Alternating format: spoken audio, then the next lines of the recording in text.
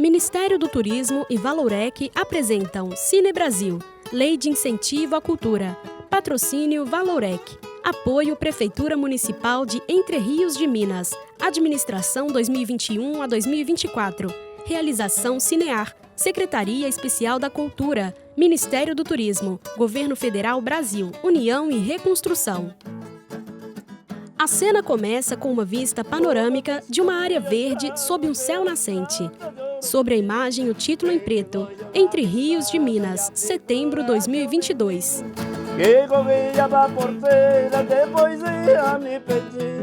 A cena muda e temos a visão de uma igreja matriz de estilo neogótico, com 3 torres, pináculos e vitrais. Sua fachada é branca e está rodeada por árvores e jardins bem cuidados. Vemos o instrumentista e cantor Hélio Pena. Deus quem vai acompanhando. Através dessas Marias, o governo português, Elson de Oliveira. As pessoas para poder povoar, para poder desenvolver o local. Então vieram para cá 2 bandeirantes, 2 sesmeiros, que foi o Pedro Domingos e Bartolomeu Machado Neto. O Bartolomeu Machado Neto morou lá embaixo, onde que hoje é um engenho, chamava Fazenda do Engenho. Na tela, a imagem do local com a estátua prateada de um cavaleiro. Imagem da entrada da cidade com a escrita: Bem-vindo a Entre Rios de Minas. Nos períodos de férias, festas, a Entre Rios que eu lembro... Tânia Cristina. Mais tranquilo do que hoje, menos carro, a vida andava mais devagar. E principalmente da zona rural. A minha mãe tinha familiares na Caiuaba e a gente ficava muito lá, dormindo nos famosos colchões de palha, que era uma delícia e ruim ao mesmo tempo, as lamparinas que nos deixavam com os narizes todos pretos, e meu tios contando vários causos e histórias com pitinho de palha e o pezinho em cima do fogão na lenha. Ah, aquilo era lindo. Entre Rios era maravilhoso. Era uma cidade extremamente pacata, mas com toda a família. Cláudia Ribeiro. Tínhamos muitos amigos. Aqui sempre foi o meu grande prazer foi vir para cá.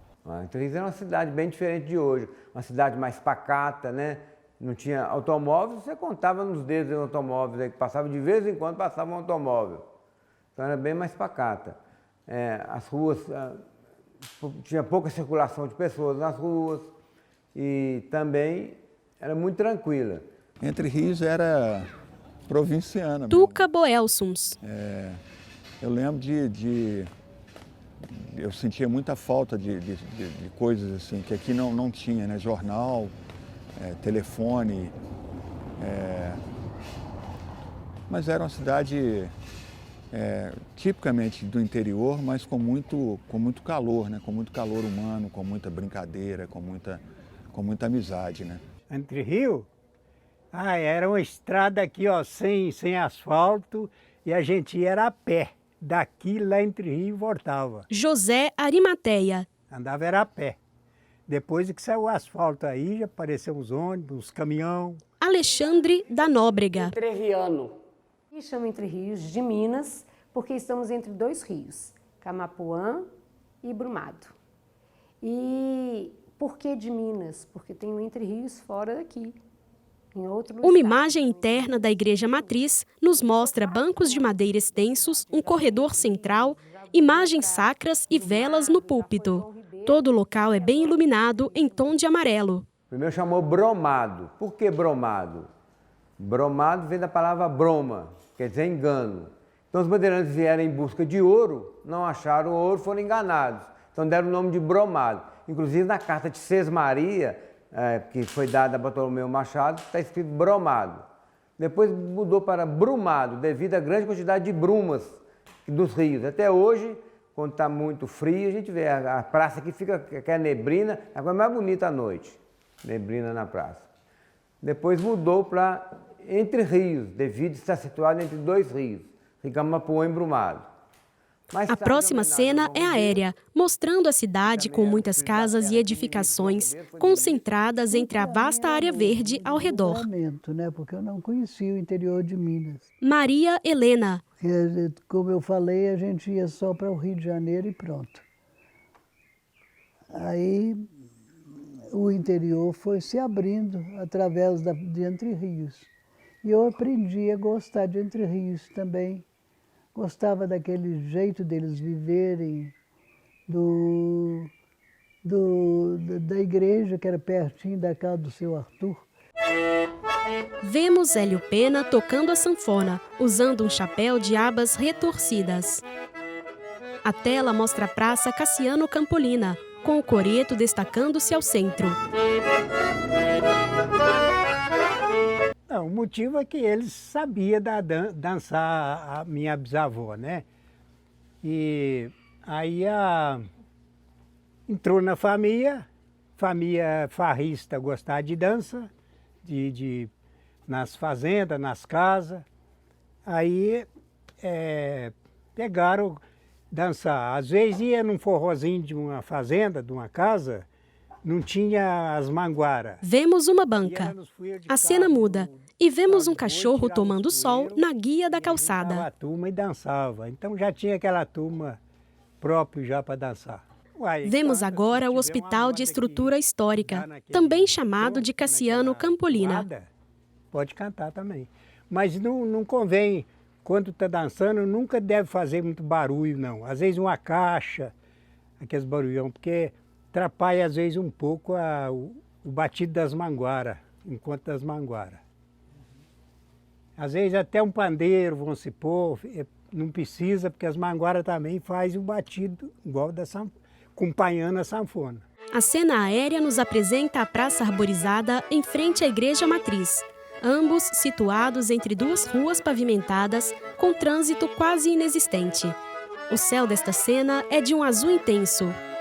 A câmera nos mostra outros locais da cidade, com casas simples de estrutura histórica e outras de estruturas atuais de alvenaria aparente. Campolina, vendo a necessidade no Rio de Janeiro, que estava crescendo, que era a capital da época do Brasil, né, do Império, né, vendo a necessidade de cavalos lá para tocar os troles, né, as carruagens, ele começou a criar cavalos. E daí começou a criar cavalo, vender cavalo para o Rio de Janeiro, burro, mula, cavalo, e ficou rico com isso, com essa criação de animal. Certa vez, Dom Pedro veio a Lafayette, hoje Lafayette antigamente chamava Queluz de Minas, veio a Lafayette fazer uma visita para inaugurar a estrada de ferro, a estação ferroviária. E fizeram uma cavalhada para homenagear Dom Pedro. Cavalhada é uma encenação de uma guerra entre mouros e cristãos. Certo? E é tradição os cristãos ganharem dos mouros. Mas não sei por que cargas d'água os mouros ganharam. E o Cassiano Campolina que comandava os cristãos. Aí ele botou a derrota, aderiu à derrota, que seria culpa dele. Os cavalos dele não estavam bem preparados. Então ele prometeu uma desforra e que criariam uns cavalos melhores, mais bem preparados para participar da desforra. Foi aí que ele começou a apurar a raça dos cavalos dele. Ele ganhou uma égua de Dom Pedro, uma égua andaluza de Dom Pedro, né? E começou a fazer o cruzamento das raças para poder apurar o cavalo. E surgiu o cavalo de melhor raça, de postura, um cavalo maior, com força, que deu o nome de Campolina. Manuelina Maria de Jesus, nascida em Entre Rios, mais precisamente na comunidade dos Coqueiros. Moça simples. Em close, uma estátua sacra de Manuelina Maria de Jesus. Abaixo vemos uma placa em homenagem à santa. E ela estava acostumada a ajudar o pai e os irmãos todos. Enquanto ela ajudava na colheita, ela cantava e rezava. Cantava os hinos da igreja e rezava. Um dia ela amanheceu doente. Uma semana depois ela ainda estava doente. Aí o pai, com medo de que ela passasse mal, ou que ela não continuasse viva, ele chamou o médico. O médico foi lá e disse que a doença dela era muito grave e que ela não sobreviveria provavelmente. A casa se encheu de parentes para poder apoiar, mas à noite ela chamou a mãe e disse: "Mãe, um anjo me visitou e disse que eu vou ficar curada, mas que eu tenho uma missão, tenho que fazer a caridade. Mas que não é para contar para ninguém, porque Jesus virá me dar as orientações. A mãe achou aquela história estranhíssima, né? Foi para a sala. E ela disse que aquilo era segredo. Mas a mãe foi para a sala, contou aquela história para todo mundo que estava lá. Gente, a Manuelina não está boa mesmo não, está variando. O pai ouviu a história e, ao contrário da mãe, acreditou. E foi coqueiros afora, na comunidade, contando. Vemos uma casinha simples, telhada, de portas e janelas e cercas de madeira, isolada em um campo.